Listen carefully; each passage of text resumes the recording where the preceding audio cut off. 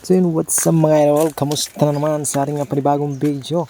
Andito na naman ulit tayo. So for today's video mga idol, samahan nyo akong manguha ng bunot ng nyog. So optional na naman tayo mga idol kasi wala na tayong kahoy na pang heater sa ating brooding area, no? Sa ating manok. And yun na nga, nakaisip ako na bunot na lang ang ating kunin panggatong sa ating pangpainit na manok, no? Kasi nga wala na tayong makuhang kahoy. So sa Bualaw, medyo nagkakahirapan na din dito sa amin ang bintahan, no? Hindi ka piling bintahan ng marami. So, yung pinapandagay ko lang sa ating brooding area is 2 sako lang, ng 2 sako, no? Kada isang linggo. So, ay tuwing gabi natin ginagamit ang ating heater. Kaya ito, naisipan ko lang na bunot na tuyo ang ating kunin. Tapos may kunting kahoy na ilalagay upang naman tumagal ang ating heater. Kasi para hindi lamigin ang ating mga manok. So kasi pag nilamig ng ating mga sisiw pala is mapupuyot sila or mababansot sila, matagal silang lumaki hanggang sa maluwi ka na sa pagkain. So kaya ito ang ginagawa kong optional upang makasurvive ang ating manok. So napakarami naman ditong bunot sa amin mga idol kasi nga may mga niyog. So dati kasi hindi kami naglolokad o nagkokopra, buo lang namin binibenta ang mga niyog. Pag mura ang kopra is niyog na lang na buo ang aming binibenta. So yung mga bunot or mga balat ay naiiwan dito. So ngayon is 3 months na hindi umuulan dito sa amin. Kaya ito na lang naisipan ko na ito na lang ay papanggawa kong heater upang naman malinisan din ang paligid namin. Sobrang damo na at sobrang dumi pa. So fertilizer din naman to sa mga saging mga idol pag nabubulok na. So mas okay na to, bungkalin na lang natin at gawing heater sa ating alagang manok. So dito na nga mga idol, nagsasako na tayo ng ating bunot, no? Siguro na may marami-rami na makukuha natin. And ito na nga, sinisimulan na natin. So yun, iniisip ko pa rin pag ito'y naubos, saan pa kaya kukuha ng bunot? Siguro na may mga ngapit bahay na ako. At yun, dito nga mga idol ay tapos na tayo magsako, no? So ayan, kinakamada na natin dyan at hahakutin na rin natin yan mga idol.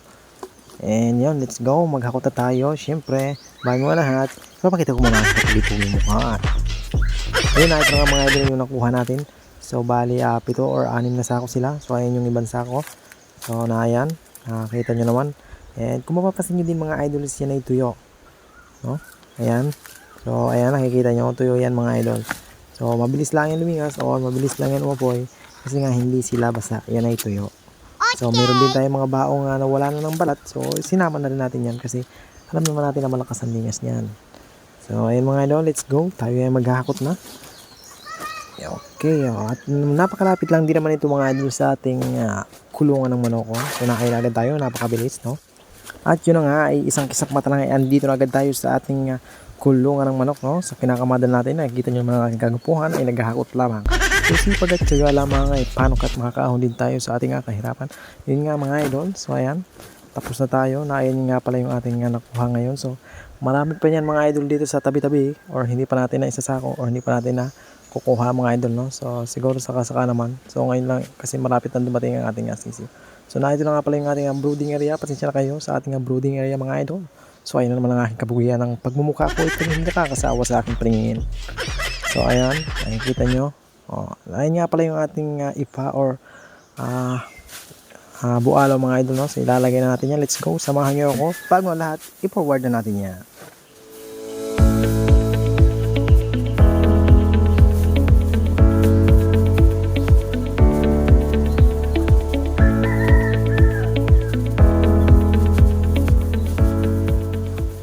Lagyan na rin natin idol ng ating pangharang sa ating mga sisiw para hindi sila makalabas. So ayan, ilalagay natin 2 divider ang nilalagay natin.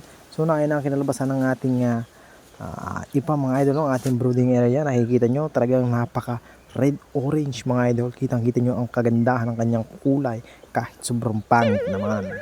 So ayun mga tapos idol, na nga tayo sa ating brooding and nakapagkakot na rin tayo ng mga pang heater. So ayan, nakikita nyo, pawis na pawis tayo mga idol. Sobrang init dito sa amin. And nakapaglinis na rin tayo ng tube feeder and tubigan. So yun lang, ganito lang, good luck.